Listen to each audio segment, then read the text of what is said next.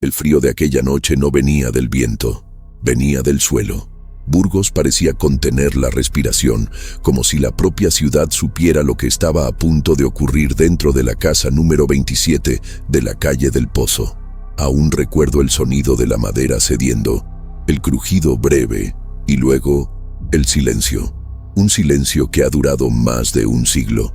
Las ventanas estaban cubiertas con cortinas húmedas y detrás de ellas el retrato de la familia Muñoz parecía observar a quien pasaba. 5 rostros inmóviles, ojos pintados que seguían al visitante, incluso después de la muerte. Dicen que la madre, doña Lucía, escuchaba susurros que provenían de las paredes, nombres, fechas, órdenes. El esposo, don Rafael, escribía informes militares que nunca llegaron a su destino. Los niños, bueno, de ellos solo quedaron dibujos, garabateados con carbón sobre las tablas del ático. Nadie sabe con certeza qué ocurrió aquella madrugada de 1908, pero existe un expediente, un archivo tan denso que nadie se atreve a abrirlo por completo. Las páginas huelen a óxido y a incienso quemado, y aunque nadie lo lea, hay algo que todos en Burgos saben. La casa aún escucha y responde cuando alguien pronuncia el nombre Muñoz en voz alta. El invierno de 1908 parecía no tener fin. Las mañanas nacían grises y el sonido de las campanas de la catedral resonaba como un lamento suspendido en el tiempo.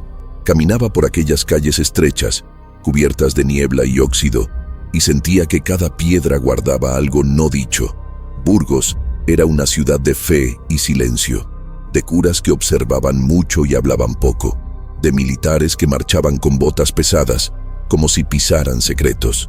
El pueblo se inclinaba ante símbolos antiguos, crucifijos gastados, banderas desteñidas, y había miedo, no al demonio, sino al vecino. Ese año, las tensiones políticas hervían bajo la superficie. Se hablaba de rebeliones en el campo, de órdenes que llegaban de Madrid y nunca se cumplían del todo. El aire olía a humo y desconfianza. Fue en ese escenario donde los Muñoz prosperaron, una familia de aparente virtud, rodeada de miradas que nunca los vieron por completo. Las casas del casco histórico guardaban ecos de siglos, muros gruesos, ventanas pequeñas, interiores fríos. Dentro de ellas, el tiempo parecía detenerse. Era común ver familias enteras viviendo en el mismo lugar desde hacía generaciones, con retratos antiguos vigilando cada comida. Los Muñoz no eran distintos.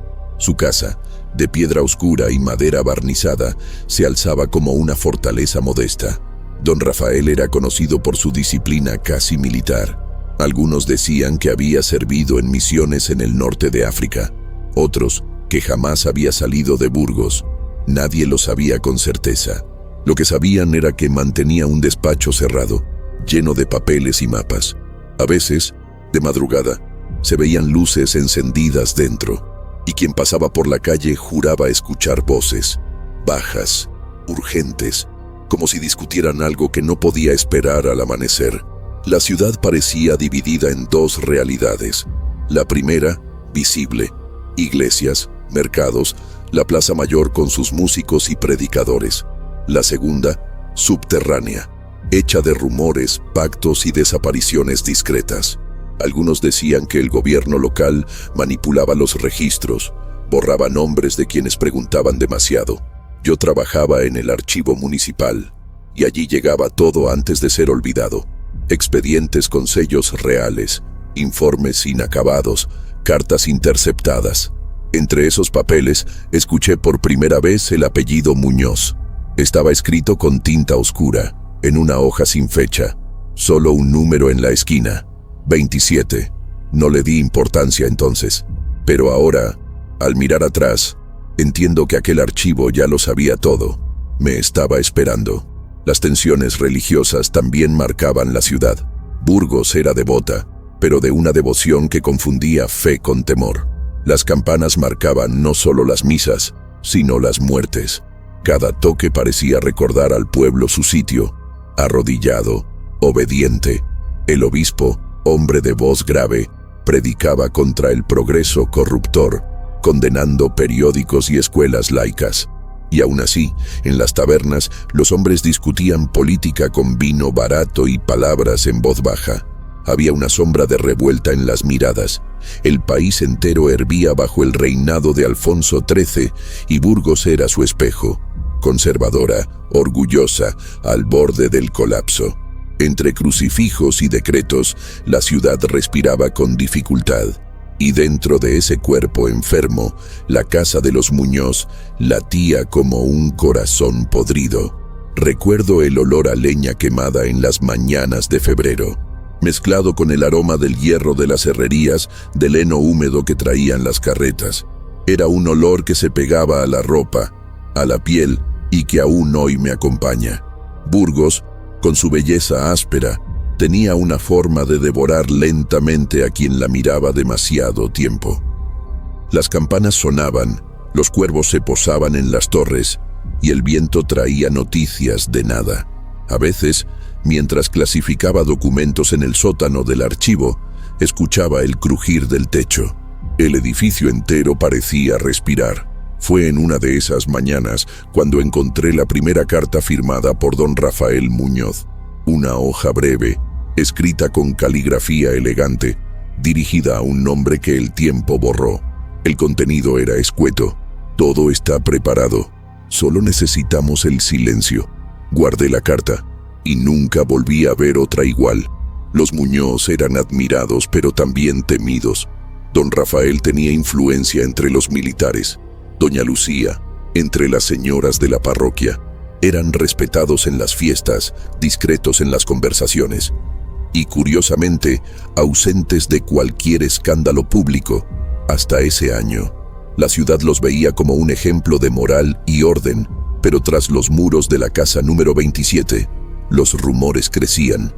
Se decía que la criada lloraba por las noches, que los niños dibujaban cosas que no existían y que doña Lucía pasaba horas frente al espejo, esperando que algo apareciera detrás de ella. Yo no creía en nada de eso, hasta que comencé a oír el mismo sonido, un crujido breve, siempre a las 3 de la madrugada. El verano de 1908 fue insoportable. Las piedras de las calles exhalaban calor de noche y el aire quieto traía un zumbido constante. Las cigarras cantaban sin descanso y su canto se mezclaba con los murmullos de la ciudad. Por entonces, un rumor extraño comenzó a circular entre los empleados del gobierno. Se hablaba de una investigación discreta, de un informe desaparecido antes de ser archivado. El nombre Muñoz volvía a aparecer, ahora asociado a anomalías domésticas. El término era vago, burocrático y por eso mismo inquietante. Algunos decían que se trataba de histeria familiar, otros de algo más. Yo, que ya había visto demasiado, solo anoté el número de protocolo y esperé. Nunca recibí respuesta. El clima político tampoco ayudaba. Huelgas, prisiones, censura. El miedo era la ley no escrita. Y aún así, los Muñoz parecían intocables. El alcalde los saludaba en misa. Los soldados apartaban la mirada cuando pasaban. Había algo de sagrado en su silencio, como si toda la ciudad hubiera sido instruida para no ver. Quien se atrevía a comentar, desaparecía de las conversaciones. La frase, "deja a los Muñoz en paz", se convirtió en una especie de contraseña, una advertencia. Nadie la decía en voz alta, pero bastaba susurrarla para entender que ciertos asuntos pertenecían a la oscuridad. Fue entonces cuando comencé a escribir mis propias notas. Pequeñas observaciones, escondidas entre informes y mapas. No sabía que, algún día, serían lo único que quedaría de la verdad. Las calles de Burgos eran laberintos, calles que terminaban en callejones que llevaban a puertas sin número. De noche, las sombras de las torres se alargaban hasta tocar las ventanas. Pasaba por allí y veía luces apagándose de golpe. Había una sensación constante de que alguien observaba desde dentro. Las campanas marcaban las horas, pero el tiempo no seguía. En algunos barrios se hablaba de ruidos metálicos que venían del subsuelo. El gobierno decía que eran obras del acueducto, pero nadie había visto obreros. La ciudad escondía cosas, y todos lo sabían, solo que no hablaban. Hasta hoy, cuando vuelvo allí, El aire sigue pesando igual, como si cada esquina recordara lo que los informes intentaron borrar. En 1908, Burgos era más que una ciudad, era un organismo, y cada habitante una célula obediente. La fe alimentaba el cuerpo, la culpa lo mantenía vivo, y dentro de ese cuerpo algo empezó a pudrirse. No fue de golpe, fue un silencio que creció, ocupando los espacios, sustituyendo los sonidos. Las campanas siguieron tocando, pero ya no sonaban igual. El tono era más grave, más lento. Algunos decían que el metal de las campanas se estaba agrietando, otros que era el tiempo mismo el que se rompía. Yo, por entonces, aún creía en las coincidencias. Hoy no. Hoy sé que lo que nació en esa ciudad no fue un hecho, fue una maldición, y tenía el nombre de una familia. Al revisar los registros ahora, noto algo extraño. Entre 1907 y 1908 hay un aumento abrupto de nacimientos y muertes no declaradas. Muchos cuerpos sin acta, muchos niños sin bautismo, como si alguien reescribiera las líneas de la historia a su antojo. En los archivos, ciertas páginas están rasgadas, otras selladas con cera, pero hay un patrón. Todos los documentos con el nombre Muñoz parecen haber sido tocados más veces que los demás. Bordes gastados, manchas de dedos, anotaciones en los márgenes, huellas de curiosidad y de miedo. Y cuando se tocan esas hojas, se percibe un leve olor a metal, como si aún sangraran tinta y herrumbre. Fue entonces cuando entendí. Burgos no solo escondió el caso, lo absorbió. Las mañanas en la casa de los Muñoz siempre comenzaban igual. A las 6 en punto, el reloj de péndulo daba 3 campanadas, un defecto que don Rafael jamás quiso reparar. Era como si aquel error formara parte de la rutina. La criada, Mercedes, encendía el fuego en la cocina y el olor a leña húmeda se mezclaba con el del café recién molido. Doña Lucía bajaba las escaleras lentamente, envuelta en un chal oscuro, y antes de hablar con nadie, abría las ventanas del salón. Decía que el aire nocturno traía malos presagios y debía expulsarse antes del amanecer. Los niños, Ignacio y Clara, desayunaban en silencio. Nadie hablaba durante el desayuno. Era una regla. Solo después de la última cucharada, don Rafael abría el periódico y leía en voz alta las noticias del ejército. A veces reía solo. Otras doblaba el papel y quedaba mirando el fuego, como si viera algo que los demás no podían ver. La rutina parecía perfecta, pero había algo mecánico. Todo ocurría siempre del mismo modo, al mismo ritmo, como si el tiempo dentro de aquella casa obedeciera una orden antigua. El jardinero contaba que a veces veía a doña Lucía caminar descalza por el jardín de noche con una lámpara encendida. Daba vueltas en círculos, murmurando el nombre de alguien. Intentó escuchar una vez. Juró haber oído Rafael, dicho con voz de súplica. Al día siguiente, ella lo despidió. Las ventanas volvieron a cerrarse y nadie volvió a hablar del asunto. Dentro de la casa, los muros crujían como si respiraran, y cuando soplaba el viento, el péndulo del reloj se aceleraba un instante antes de volver a su ritmo torcido de siempre. Había un gran cuadro en el salón principal, un retrato familiar pintado en 1906, 2 años antes de la tragedia. En él, los 4 aparecen sentados, envueltos en un fondo oscuro, casi invisible. La expresión de doña Lucía es serena, pero sus ojos miran ligeramente hacia la izquierda, como si observaran algo fuera del marco. Los niños parecen demasiado quietos, y don Rafael sonríe, una sonrisa mínima, casi imperceptible, pero cargada de algo que no pertenece a la alegría. Cuando visité la casa años después, el cuadro seguía allí, pero la sonrisa ya no. La pintura había cambiado, el trazo de los labios estaba desvanecido, y las pupilas más dilatadas. El restaurador juró que nadie lo había tocado. Yo no supe qué decir. Los niños crecían bajo una vigilancia constante. Ignacio tenía 8 años y pasaba horas leyendo los diarios de su padre, aunque no los entendiera del todo. Clara, de 5, dibujaba sin descanso. Sus dibujos eran extraños, cuerpos sin rostro, casas flotando, cruces torcidas. Nadie les daba importancia, pero semanas antes del suceso, Mercedes encontró una hoja distinta. Clara había dibujado a su familia, 4 figuras y una quinta detrás en sombra. La cabeza de esa figura era solo un círculo negro con líneas que parecían moverse. Cuando enseñó el dibujo a la madre, doña Lucía se desmayó. La hoja fue quemada en la chimenea, pero el olor del papel quemado permaneció días, impregnando la casa. Don Rafael prohibió más juegos, y desde esa noche, Clara dormía con la puerta cerrada con llave. Las comidas eran el único momento en que la familia se reunía. La mesa de roble, larga y pulida, reflejaba la luz de las velas como un espejo. Don Rafael se sentaba en la cabecera, doña Lucía a su derecha, los niños enfrente. La criada servía sin levantar la mirada. Nadie hablaba mucho. A veces, doña Lucía murmuraba una oración en latín antes de comer, y el marido la observaba con una mezcla de irritación y fascinación. No era un hombre de fe. Mantenía un crucifijo en su despacho, pero decía que era por conveniencia. Aún así, cada noche, a la misma hora, desaparecía unos minutos y regresaba oliendo a incienso.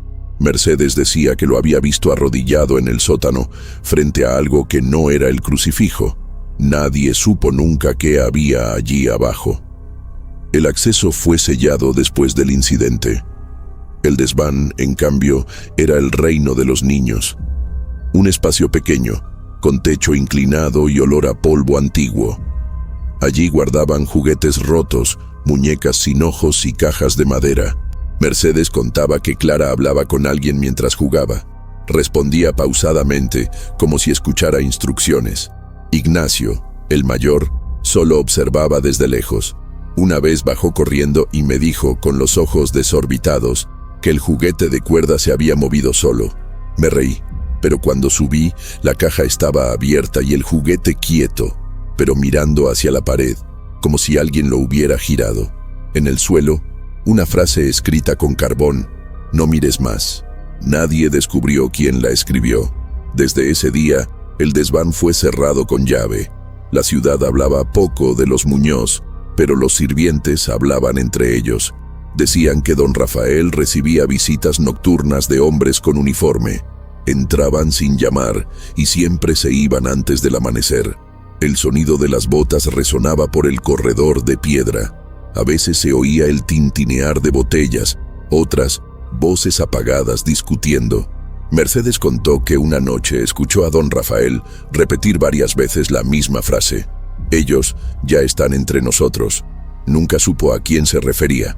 Desde esa noche, él comenzó a cerrar su despacho con doble llave, y cada mañana, antes de salir, dejaba instrucciones precisas. Nadie debía limpiar esa sala, ni siquiera el polvo. Doña Lucía era el reverso de su marido.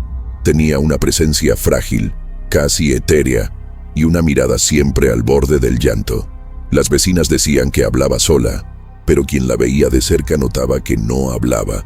Respondía, como si escuchara a alguien que nadie más podía oír. Pasaba largas tardes cosiendo junto a la ventana, el rostro pálido iluminado por la luz amarillenta del atardecer. A veces, sus manos temblaban sin razón. Cuando la criada le preguntaba si se sentía bien, ella solo sonreía y decía: la casa respira conmigo. Nadie entendió lo que quiso decir, pero fue la última frase que Mercedes le oyó pronunciar antes de marcharse en el otoño de 1908. A medida que pasaban los meses, el comportamiento de la familia se volvía más extraño. Don Rafael comenzó a hablar en códigos, como si cada palabra pesara demasiado. Los niños enfermaron, fiebres sin causa, escalofríos repentinos. El médico de la parroquia visitaba la casa a menudo, pero sus informes desaparecían antes de llegar al archivo. Doña Lucía dormía cada vez menos. Decían que se levantaba en mitad de la noche y recorría los pasillos con una vela encendida, repitiendo un salmo. Pero había un verso que cambiaba. En lugar de «líbranos del mal», decía «entréganos a él». Nadie supo explicarlo. Solo se sabe que, desde entonces, las campanas de la catedral comenzaron a sonar a horas equivocadas, siempre 3 veces, como el péndulo de la casa. Recuerdo la última vez que vi a aquella familia reunida. Fue una mañana de domingo. Burgos estaba cubierta por una niebla espesa y los fieles subían las escaleras de la catedral. Los Muñoz llegaron en carruaje, vestidos de negro. Los niños no miraban a nadie. Don Rafael entró primero, saludó al sacerdote y se arrodilló. Doña Lucía, en cambio, se quedó en la puerta. El viento levantaba el velo de su sombrero y sus ojos parecían fijos en algo más allá del altar. Se arrodilló despacio, como obedeciendo una orden. Cuando el órgano comenzó a tocar, un trueno retumbó a lo lejos. Y fue entonces cuando Clara empezó a llorar, suavemente, sin motivo aparente. El sonido resonó entre las columnas como un presagio. Nadie dijo nada más. En la madrugada del 17 de septiembre de 1908, Burgos despertó con un sonido que nadie logró describir. No era un grito ni un trueno, ni el viento golpeando las ventanas. Era algo entre un chasquido y un suspiro, profundo, lo bastante para hacer aullar a los perros en distintos barrios. Yo estaba en el archivo aquella noche, revisando informes antiguos, cuando oí las campanadas. 3 toques, breves, espaciados, siempre 3. Miré por la ventana y vi una luz temblando en dirección a la calle del Pozo, una llama débil, danzando contra el viento. La casa número 27 parecía respirar. Las cortinas se inflaban y desinflaban como pulmones vivos. Luego, todo se apagó. Un silencio espeso cubrió el barrio y con él llegó un olor, hierro, incienso y algo más. Algo dulce y podrido al mismo tiempo. Un olor a final. El primero en llegar fue el padre Esteban. La criada, Mercedes, había golpeado la puerta de la iglesia en estado de shock. No hablaba, solo temblaba y señalaba hacia la casa. El sacerdote entró con una lámpara y después describió lo que vio. La puerta principal entreabierta, el pasillo cubierto de hollín y las velas del salón todas encendidas. 40, quizá más. Ningún sonido, ningún movimiento. Las ventanas clavadas con clavos. En el centro de la mesa, el retrato de familia. Pero las figuras estaban tachadas con carbón. El rostro de don Rafael había sido cortado con precisión, como si alguien hubiese pasado una hoja de bisturí sobre la pintura. En los bordes del cuadro, manchas rojizas, y en el suelo, huellas descalzas yendo del pasillo al sótano. Solo un par, demasiado pequeñas para pertenecer a un adulto. Cuando llegaron las autoridades, encontraron la casa intacta, pero completamente vacía. Ningún cuerpo, ningún signo de lucha, solo rastros. Platos aún calientes, una silla volcada, el reloj de péndulo detenido a las 3:03. El comisario, un hombre supersticioso, se negó a dormir durante 3 días tras entrar allí. Decía que el sonido del péndulo seguía, aunque el reloj estuviera quieto, que el tiempo aún se movía, solo que en otro sitio. En la chimenea hallaron cenizas recientes y fragmentos de tela quemada, entre ellos algo metálico. La hebilla de un cinturón militar. Don Rafael, al parecer, vestía uniforme aquella noche. El informe oficial clasificó el caso como desaparición colectiva sin indicio de fuga. Pero había más. Páginas arrancadas, espacios en blanco, como si el propio documento tuviera miedo de contar. Al amanecer, los vecinos se reunieron frente a la casa. Las mujeres se persignaban, los hombres intentaban entrar a la fuerza. El padre lo impidió. Dijo que había cosas que no debían verse con luz. Aún así, alguien miró por la ventana lateral y juró haber visto a Clara, la niña, de pie en lo alto de la escalera, pálida, inmóvil, con las manos cruzadas sobre el pecho. Cuando la llamaron, la figura desapareció.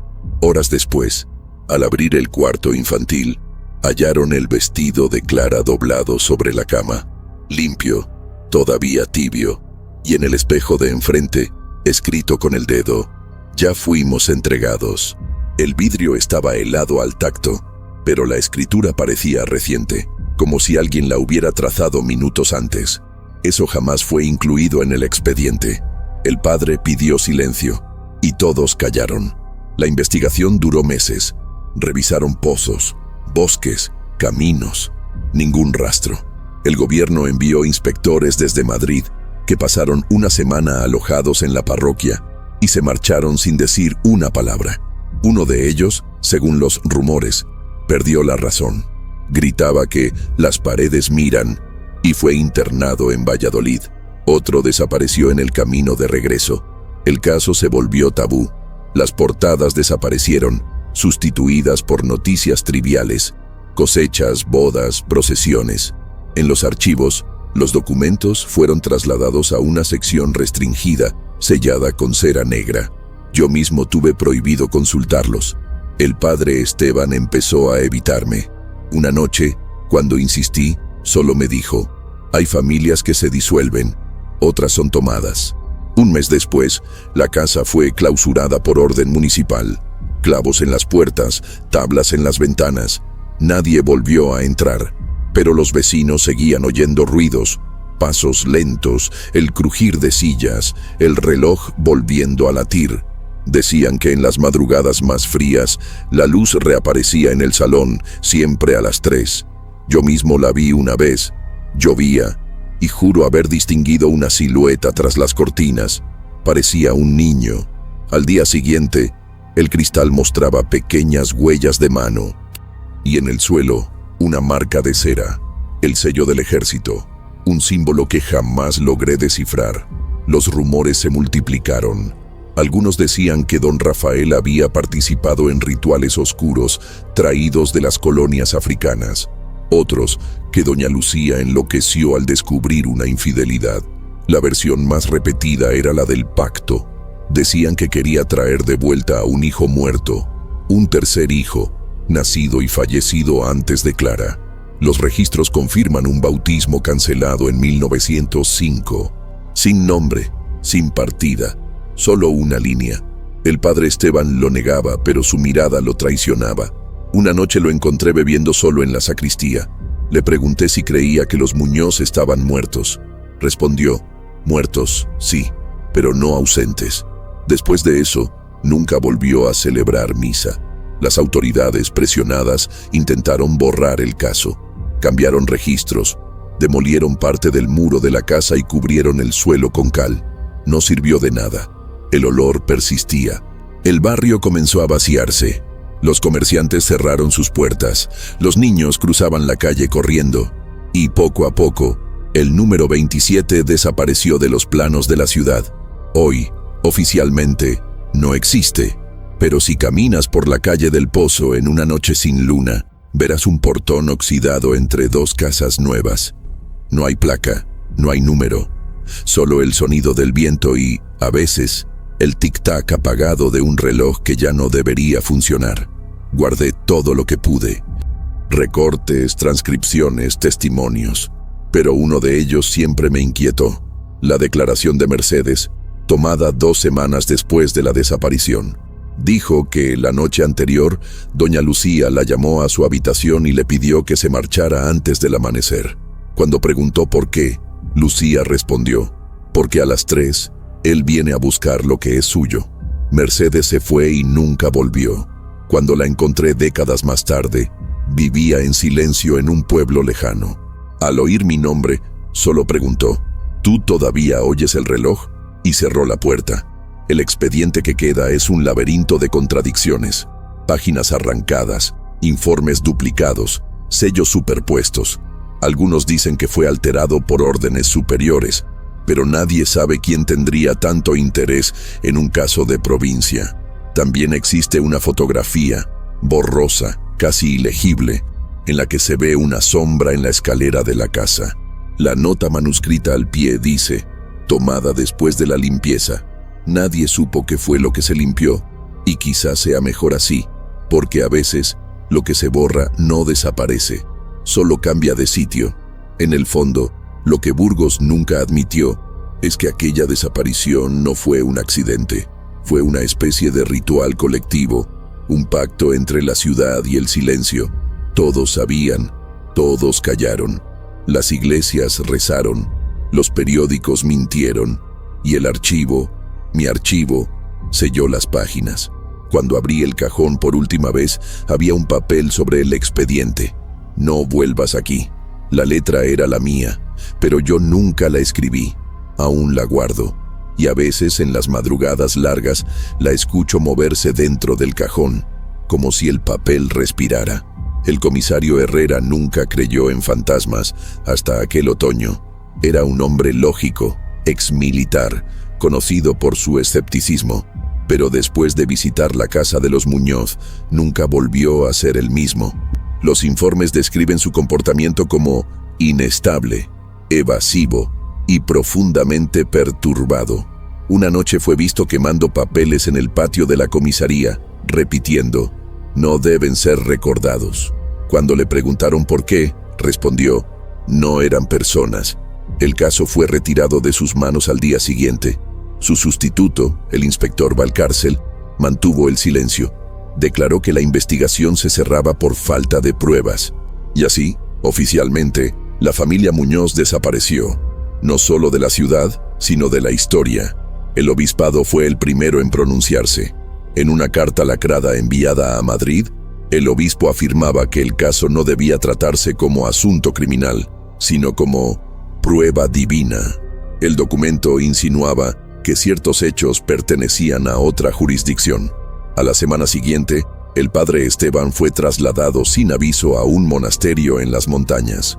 Nadie supo si por obediencia o castigo. La iglesia de la calle del Pozo permaneció meses sin misa. Las velas ardieron hasta consumirse y el altar fue cubierto con sábanas. En el confesionario hallaron restos de cera y un pequeño crucifijo roto. Ningún informe menciona ese detalle, pero yo lo vi, y juro que el metal seguía tibio, como si alguien acabara de sostenerlo. Mientras tanto, el gobierno intentaba contener el rumor. Burgos no podía asociarse a supersticiones en tiempos de tensión política. Llegaron órdenes desde arriba: neutralizar la historia, proteger la reputación de la provincia. Los periódicos recibieron instrucciones directas. Quienes se negaron, cerraron. Las ediciones con menciones a los Muñoz fueron retiradas y quemadas. Aún así, algunas sobrevivieron. Yo encontré una, oculta entre los registros agrarios. El artículo era breve, sin firma. Desaparición nocturna inquieta a los vecinos de la calle del Pozo. Las autoridades piden silencio. La última palabra parecía impresa con tinta distinta, más oscura, casi grabada. Silencio, como si fuera la única verdad que quedaba. En el archivo municipal, el caso se convirtió en un fantasma burocrático. Expediente 27, el mismo número que la casa. Las carpetas aparecían y desaparecían de las estanterías. Los sellos cambiaban de color, las fechas se alteraban solas. Cuando intentaba consultarlas, el sistema respondía: acceso restringido por decreto. Pero ningún decreto existía. Una noche, un funcionario mayor me entregó una hoja doblada y dijo: guárdela antes de que desaparezca. Era una copia del informe original del comisario Herrera, parcialmente quemado. La última línea legible decía: las voces no mienten. Desde entonces, nunca más se le vio en Burgos. Dicen que se mudó al litoral. Otros juran que aún vive aquí, en el manicomio abandonado de la colina. Los militares también se involucraron, discretamente. Don Rafael, al fin y al cabo, era uno de ellos. Se descubrió que tenía acceso a documentos confidenciales relacionados con experimentos de comunicación e hipnosis utilizados en campañas del norte de África. El ejército lo negó, pero el sello hallado en el suelo de la casa, el mismo que vi con mis propios ojos, pertenecía a una división que oficialmente nunca existió. En los informes aparece con un nombre cifrado: Unidad 9. No hay registros públicos, solo referencias cruzadas en reportes médicos. Pruebas con estímulos sonoros, decía una nota. Reacciones colectivas. Tal vez lo ocurrido en la casa de los Muñoz no fue un crimen, sino un experimento. Y Burgos, sin saberlo, fue el laboratorio. Las autoridades civiles callaron, pero la población empezó a reaccionar. Algunas familias se mudaron, otras fingían no escuchar las historias. Las campanas de la catedral volvieron a sonar a su hora, pero con un tono más grave. El obispado ordenó bendecir las calles que rodeaban la calle del Pozo. Los sacerdotes caminaron con incensarios, entonando cánticos. Al pasar frente al número 27, el viento sopló con fuerza y apagó todas las llamas. Dicen que el obispo palideció y prohibió regresar. Desde entonces, ese tramo se conoce como la franja muda. Nadie canta, nadie reza, ni siquiera los pájaros se posan en los tejados cercanos. Y yo, cada vez que paso, siento que algo me observa desde dentro de la piedra. A finales de 1909, el gobierno publicó un decreto sobre casos de desaparición sin elemento penal. Era en realidad una forma elegante de enterrar el asunto. Los informes pendientes fueron archivados bajo el sello inactivo. Cualquier mención al apellido Muñoz se volvía irrelevante para el interés público. Pero una copia de la carta del obispo fue anexada al decreto. Y ahí, el silencio se revela. En el pie de página, una frase escrita a mano. El archivo no debe respirar. No sé quién la escribió, pero desde entonces, cada vez que entro al depósito, el aire pesa más, como si algo esperara el momento adecuado para ser recordado. Años después, durante la Guerra Civil, el expediente volvió a mencionarse. Un oficial republicano, al ocupar Burgos, halló referencias a la Unidad 9 y ordenó su destrucción. Curiosamente, algunas páginas se salvaron. En una de ellas aparece un nuevo sello, rojo, con la inscripción «Reabierto por orden superior». Nadie supo quién dio esa orden. El documento fue visto por última vez en 1941. Desde entonces, nada, o casi nada, porque una noche de 1973 recibí una carta sin remitente. Dentro, una sola hoja amarillenta, la firma de don Rafael fechada en 1910, 2 años después de su desaparición. Las décadas siguientes fueron de olvido impuesto. La casa se pudrió, el barrio envejeció, el expediente se convirtió en leyenda, pero el apellido Muñoz seguía prohibido. Los profesores evitaban mencionarlo en las clases de historia local. Los archiveros fingían ignorar el número 27, y extrañamente, todo intento de digitalizar los documentos de la época fracasó. Archivos dañados, cintas quemadas, servidores que simplemente se vaciaban. Los técnicos hablaban de fallos eléctricos. Yo sabía que no. Lo que se intenta olvidar demasiado encuentra su propio modo de recordarse. Cuando, años más tarde, por fin obtuve permiso para revisar los papeles originales, hallé la caja metálica donde debía estar el expediente. Estaba vacía.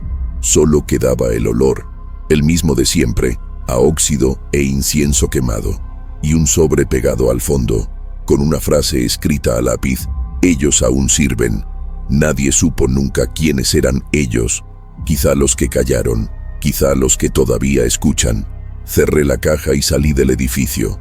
Desde entonces, no he vuelto. Pero a veces, cuando sopla el viento del norte, el sonido de las campanas trae de nuevo aquel mismo eco de 1908. 3 toques. Siempre 3. Décadas después de la desaparición, Burgos parecía haber olvidado a los Muñoz.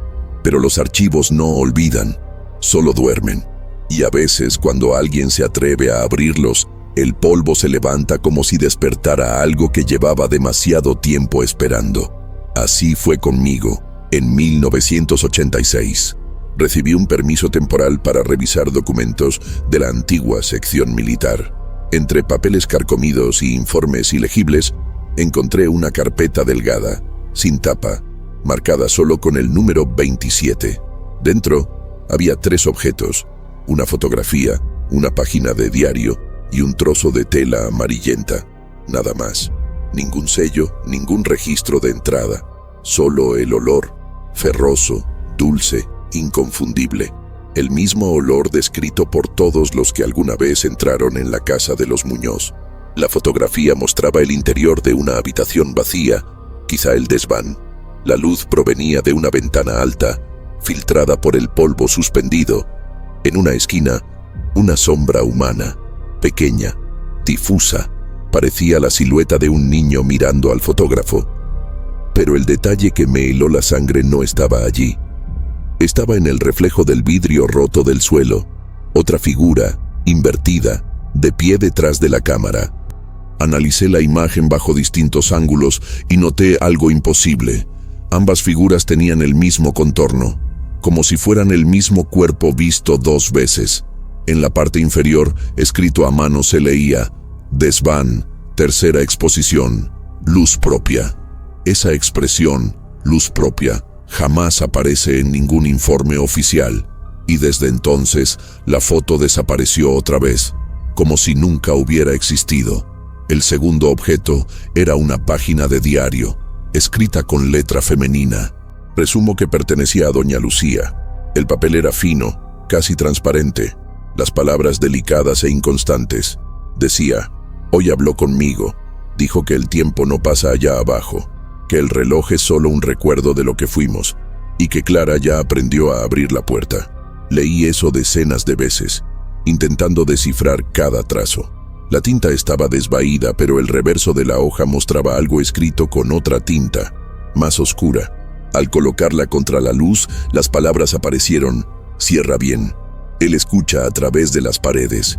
La letra no era la misma, más rígida, más masculina, tal vez de don Rafael, o de alguien que lo observaba.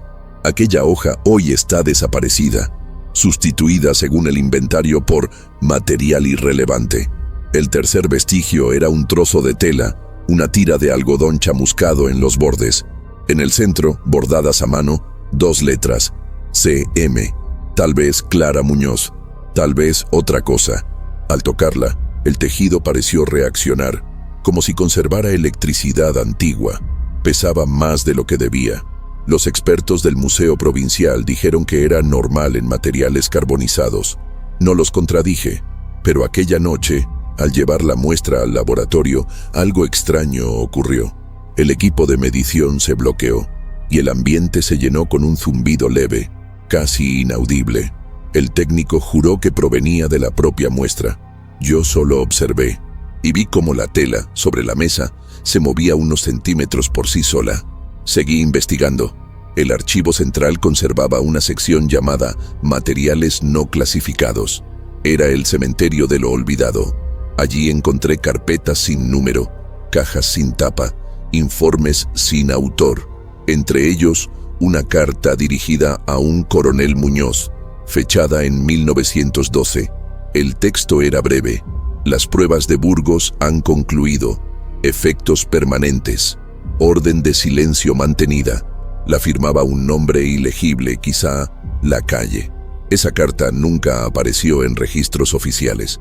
Lo más perturbador, sin embargo, fue el sobre, hecho del mismo papel que la carta de doña Lucía. Mismo peso, misma textura, como si ambas historias hubieran sido escritas en la misma mesa, en tiempos distintos. Y tal vez así fue. En el sótano del archivo hallé otra pista: una cinta magnética sin etiqueta, envuelta en lino. Databa probablemente de los años 50, pero el contenido era más antiguo. Logré transferir el audio a un grabador moderno. El sonido era distorsionado, lleno de estática. Entre los ruidos, una voz masculina repetía frases inconexas: 3 toques, repita, silencio. Luego, una segunda voz, infantil, respondía algo que no logré entender, apenas un susurro. Después, silencio absoluto. El ingeniero de sonido que me ayudó dijo que había frecuencias humanas superpuestas, como si 2 personas hablaran dentro del mismo cuerpo. Borramos el archivo, pero aún así, el sonido regresa de vez en cuando en las madrugadas en que sopla el viento del norte. Los documentos que quedan de los Muñoz son fragmentos, pero hay un patrón, líneas que se repiten, símbolos que regresan, el número 3, el nombre Unidad 9, las iniciales CM y DR, siempre juntas, siempre lado a lado. Crucé la información y descubrí que el expediente de los Muñoz no era el único con esas marcas. Había otros: Valladolid, Pamplona, Toledo, todos archivados entre 1907 y 1910. todos sellados del mismo modo. Cuando intenté solicitar acceso, recibí una respuesta directa: archivo cerrado por disposición del ministerio. La firma era ilegible, pero el sello, el mismo rojo de la unidad 9, estaba allí, firme, fresco, como si lo hubieran estampado esa misma mañana. En 1992, parte del archivo fue digitalizada. El sistema identificó el expediente 27 como documento dañado. Las imágenes del escaneo mostraban manchas y distorsiones, pero una de ellas me llamó la atención: una sombra con forma humana apareciendo entre dos páginas digitalizadas. El técnico juró que era un error del escáner. Aún así, la figura tenía contornos definidos: cabeza, hombros, brazos.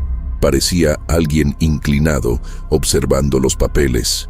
La mancha desapareció en las copias siguientes. Pero desde entonces, las luces del laboratorio parpadean siempre a las 3 de la madrugada. Ningún aparato lo explica. Ningún empleado habla de ello. En el Museo Provincial, una exposición sobre Casas Encantadas de España llegó a incluir el caso Muñoz. Exhibieron una maqueta de la casa número 27 y una reproducción del retrato familiar. Durante la inauguración, el sistema de sonido reprodujo, sin motivo, 3 golpes secos. Pensaron que era un fallo técnico. Yo estaba allí. Nadie sabía que el audio del museo no contenía grabaciones con ese sonido. La gente se apartó y la exposición se cerró antes de tiempo. Horas después, la maqueta cayó sola.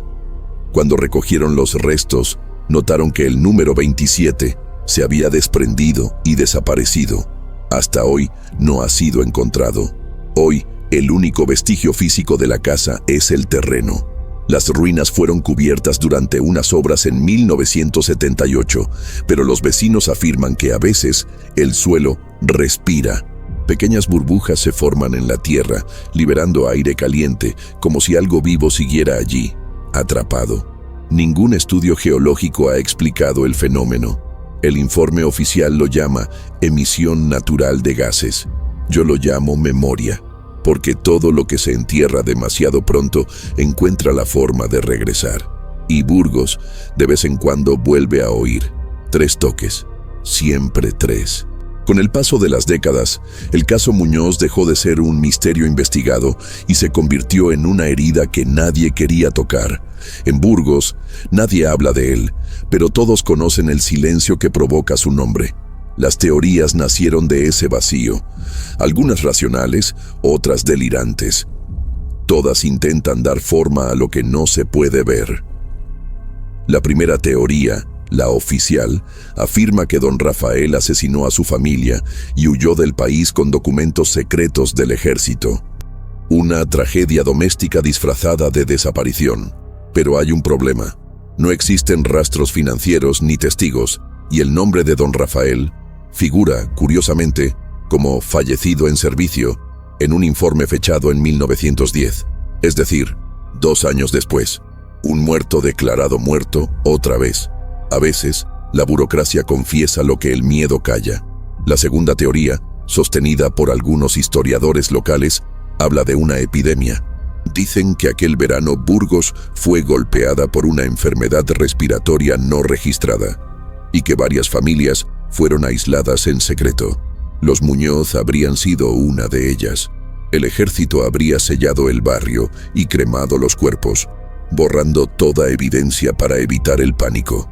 Suena coherente, pero no existe prueba médica alguna, ni certificados, ni actas sanitarias, solo rumores. Y un detalle destruye la hipótesis. Si la causa fue biológica, ¿por qué mantener el expediente bajo secreto militar durante más de un siglo? Y más aún, ¿por qué intervino la diócesis? Las enfermedades no necesitan absolución, solo médicos. El obispo lo sabía bien. La tercera versión, la más discutida, es la de los experimentos. Según documentos obtenidos en secreto, la llamada Unidad 9 realizaba pruebas con ondas acústicas y control mental en viviendas adaptadas. El número 27 habría sido una de ellas. El objetivo, estudiar los efectos del sonido repetitivo sobre grupos familiares confinados. 3 toques, 3 pulsos, 3 repeticiones. El patrón se repite en informes de otras ciudades. Dicen que don Rafael era colaborador voluntario, doña Lucía, la víctima involuntaria, y los niños, el precio. Algunos sostienen que el experimento fracasó, otros que funcionó demasiado bien. Nadie sabe qué ocurrió en el momento final, pero las grabaciones, aquellas de frecuencias superpuestas, parecen ser lo único que quedó de la experiencia. Después surgieron las versiones religiosas. Algunos vieron en el caso Muñoz un castigo. Decían que la familia había invocado fuerzas prohibidas, mezclando oración y rito. El padre Esteban habría sido cómplice y su traslado, un castigo disfrazado. Otros aseguran que la casa estaba maldita mucho antes de la llegada de los Muñoz, construida sobre las ruinas de un convento destruido por la peste en el siglo XVII. Allí habrían quedado huesos, símbolos y un altar subterráneo. Esa versión explicaría el comportamiento de doña Lucía. No enloqueció, solo escuchó lo que siempre había estado allí. Los religiosos lo llaman eco de penitencia. Yo lo llamo herencia. También están los que juran que nada de esto ocurrió, que todo fue una invención de la censura franquista para distraer a la población durante la guerra, que los Muñoz nunca existieron, que el expediente es un mito. Es la teoría más reciente y la más débil, porque los documentos existen, físicos, fechados, con firmas reales, y hay fotografías, una de ellas con el sello del Ministerio de Defensa. Si es ficción, fue una escrita con demasiado cuidado, con demasiado miedo, y el miedo, como el polvo, no se destruye, solo cambia de estante, esperando ser tocado. En los últimos años apareció una nueva corriente, la hipótesis sonora. Investigadores de acústica histórica analizaron los informes y concluyeron que las 3 batidas podían deberse a una falla estructural. Madera, dilatación térmica, algo natural. Pero el patrón temporal sigue sin explicación. Siempre a las 3 de la madrugada, siempre en series de 3. La repetición es el verdadero enigma. Se cree que la arquitectura de la casa, pasillos estrechos, techos inclinados, amplificaba ciertas frecuencias y tal vez transformaba el sonido en presencia, lo invisible, en materia, el ruido, en voz. Toda casa es un instrumento, escribió uno de ellos, pero algunas tocan solas. Otros investigadores, más atrevidos, hablan de transposición temporal. Según ellos, los Muñoz no murieron, quedaron atrapados entre 2 instantes. El experimento, el rito o el trauma habría creado una fisura en el tiempo. Por eso las voces, las apariciones, el reloj que nunca marca la hora correcta. Ellos aún viven el mismo minuto, decía una carta anónima enviada a la Universidad de Salamanca. Repiten el instante en que todo se detuvo. Nadie supo quién la escribió, pero la caligrafía se parecía a la del padre Esteban, y en el margen, en letras diminutas, la misma frase que cierra el expediente: el archivo no debe respirar. Y queda la teoría más incómoda de todas, la del silencio pactado. Dice que toda la ciudad participó del olvido, que cada autoridad, cada cura, cada vecino decidió no ver, y al no ver, creó lo invisible, que los Muñoz fueron el reflejo de un miedo colectivo. Desaparecieron porque Burgos necesitaba olvidar, dice un viejo periodista, y quizá tenga razón, porque en Burgos, aún hoy, el silencio es ley, y el apellido Muñoz, una contraseña. Pronunciarlo es abrir una puerta que nadie puede asegurar que volverá a cerrarse. Hoy, investigadores y curiosos intentan reconstruir el caso. Documentales, artículos, podcasts, todos fallan en el mismo punto, buscan una respuesta. Pero el expediente no quiere ser resuelto, quiere ser recordado. Cada vez que alguien vuelve a mencionarlo, algo sucede. Un archivo cae, una grabadora se apaga, las luces parpadean. Es como si la historia reaccionara a la intención de entenderla, como si aún quedara alguien del otro lado, pidiendo que dejemos las preguntas en paz. Y quizá esa sea la única verdad que queda. El misterio no quiere explicación, quiere sobrevivir. Yo, que dediqué media vida a este caso, ya no busco respuestas. El tiempo me enseñó que hay silencios que no se rompen, solo se escuchan. A veces camino hasta la calle del Pozo, me quedo frente al terreno vacío, donde alguna vez estuvo la casa número 27. El viento pasa entre las grietas de los nuevos edificios y el sonido por un instante es el mismo. 3 golpes breves espaciados, siempre 3. Y cuando eso ocurre, siento que la historia respira de nuevo, no como memoria, sino como advertencia. Si esta historia te puso la piel de gallina, cuéntame desde dónde la estás viendo. Deja tu like si sentiste ese escalofrío y compártela con alguien que amaría conocer un misterio que ni el tiempo ha podido enterrar.